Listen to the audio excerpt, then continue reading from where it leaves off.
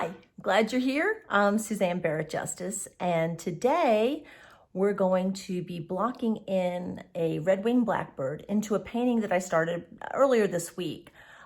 This painting, it depicts black cattle in a field, and they hear something. They hear something that's kind of interesting, and it's a red-winged blackbird, and he's singing his little heart out for them. So the thing is, this painting actually offers somewhat of a trifecta for me in that it has the best of all worlds: high contrast, complementary colors, and animals. So without further ado, we're going to jump in with the blocking in of the red-winged blackbird. Folks, we're ready to rock and roll. Let's go ahead and block in a bird.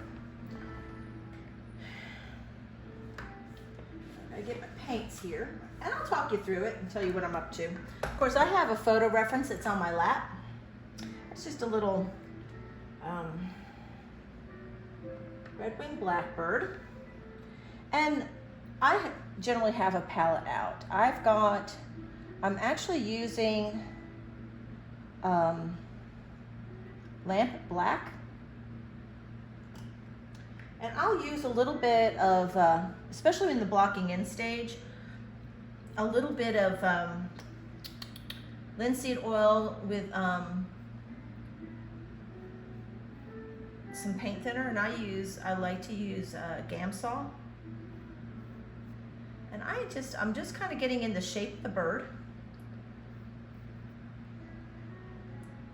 And I let my eye roll right along.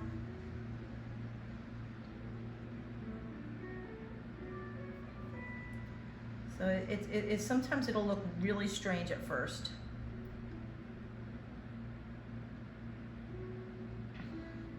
Of course, when a male red-winged blackbird is doing his song, sometimes he will posture his wings in a funny way because he's got that real fun little, red wing right on his shoulders. And he likes to show that off a little bit.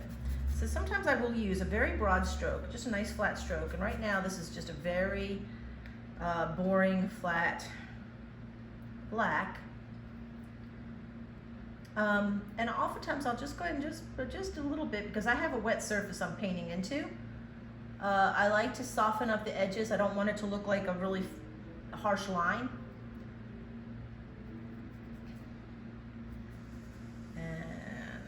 Here, and I'm going to leave space for his nifty little red shoulder. And I oftentimes will use my brush as a tool other than just the obvious paintbrush. I will check angles with my brush, and in the case like with I'll actually hold it up and compare it to my photo reference, and just to make sure that my angles are still correct. Now, I also have to keep in mind, and I may end up starting to actually widen this bird out a little bit, simply because I am trying to remember he's in the foreground. So compared to the cattle, he's going to look like a huge bird, but he is actually in the foreground in this painting. So I don't want him to look too small. I'd be afraid he would I just don't really want him to look too small. So I'm just kind of, like I said, I'm blocking it in so I can see where he's going. And you notice I haven't really I just now dipped my brush, loaded my brush with a little bit of paint. But I don't, initially, I'm not going to really worry about having a lot of paint on the canvas because it gives me more room for correction if I need to, or makes things easier if I don't have a lot of paint on the canvas if I need to correct. And believe me, I correct a lot. I wish I could say every time I'm always correct right out of the bat. That's usually not the case. Although it's funny, my students will say, but you make it look so easy. That's also because I've been doing this a really long time. So no, it's not always that easy. And I think I've mentioned this before when I was working on the little horse portrait. Oftentimes when I'm working, I will refer to certain ideas or areas of the painting as shapes. As opposed to, oh, I'm working on this, you know, the secondary flight feathers, which I actually am right now, but I will also run my brush in the way that, in this case, this is the feathers. I'm just kind of laying in the wing feathers here. And I am going in the direction that the wing feathers normally would go. You know, and it helps because when this paint dries, and again, I told you I wasn't putting down a lot of paint, but if I happen to just kind of haphazardly throw paint down, it would, you would be able to tell, because it would look like I did. And it might dry with weird creases and weird lines, and we don't want any of that weirdness going on here. And I may actually do this a little bit longer, because I have to remember that even though my reference may be one size, I'm obviously painting much larger. So I need his tail to be in proportion to the rest of his body. So that's why I'm saying at first there's not a lot of detail. And believe it or not, I will count the feathers. That comes from my being very, a little AT or anal, you know, a little anal retentive, I guess, this would be probably a more accurate word. But being an animal scientist too, I can't help but you know, it's a stickler for accuracy as well. I try to anyway. There's always somebody, there's going to be an ornithologist out there who's going to say, now, Suzanne, you didn't do that right. Let's hope not. Okay, so you're starting to see that there is a bird coming into focus here. And again, I told you when they first start, a lot of times when these male birds are singing, they fluff out and do all kinds of interesting posturing with their wings. One of the titles I'm actually considering for this piece, well, I don't know, it's always subject to change with me, but one of the titles I'm thinking about is calling this piece cocklerie. Because the sound that the red-winged blackbird makes when he sings, if it was described in an ornithology book, would say cocklerie. Cocklerie. So, we'll see. I'm making his head a little bit bigger.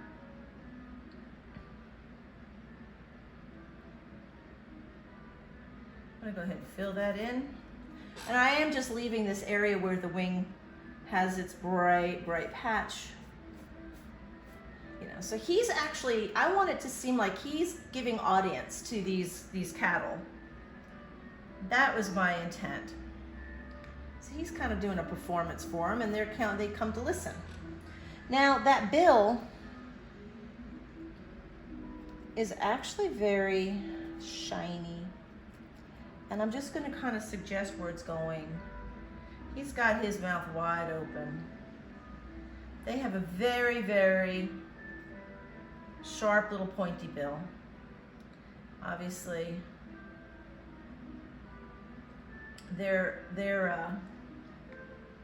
birds' bills are designed for basically the type of food that they eat.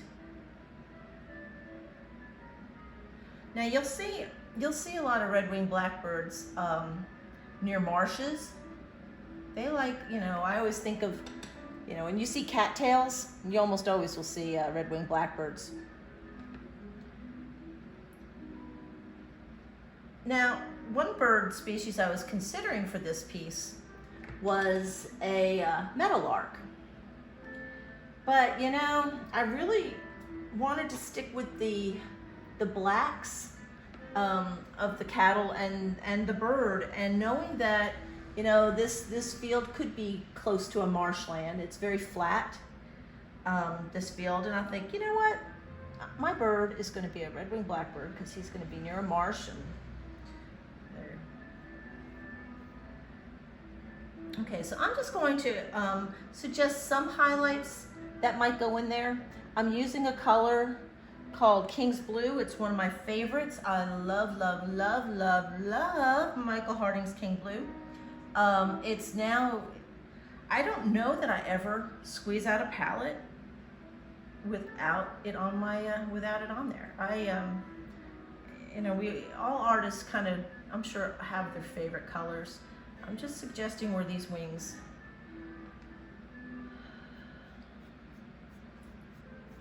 I'm just kind of, you know, again, I'm still very, very sketchy in my painting, but it's helping me to be able to see by just highlighting. And you're starting to see this come to focus here. And again, you can see that there's a lot of, and a lot of this kind of stuff, well, the details will happen later. Today we're just blocking this in. I just want to get this in so we can sort of see where things are going. And again, King Blue, great color for highlights. I just love it.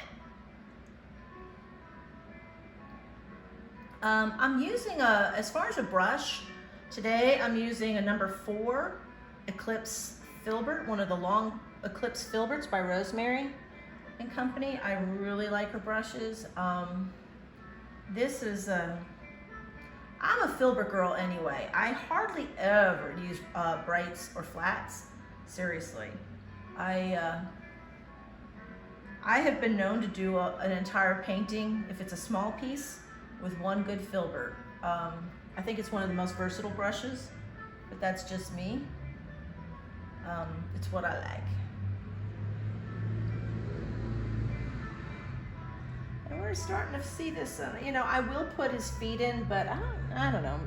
I'm not sure where I'm gonna put his feet because I will probably have to have some type of bough or branch. You know, who knows? I may put a cattail in, not sure. I don't wanna make this, I don't wanna confuse this piece by adding lots of other elements to it, and by keeping it simple with the blacks. I don't want to, the blacks and the purples and the blues, I just kind of want to keep it sort of simple. So I probably will not add a cattail. I'm going to suggest where his little fun shoulder patch is going to go, and this is where I get to play with cadmiums. Now, I love cadmiums.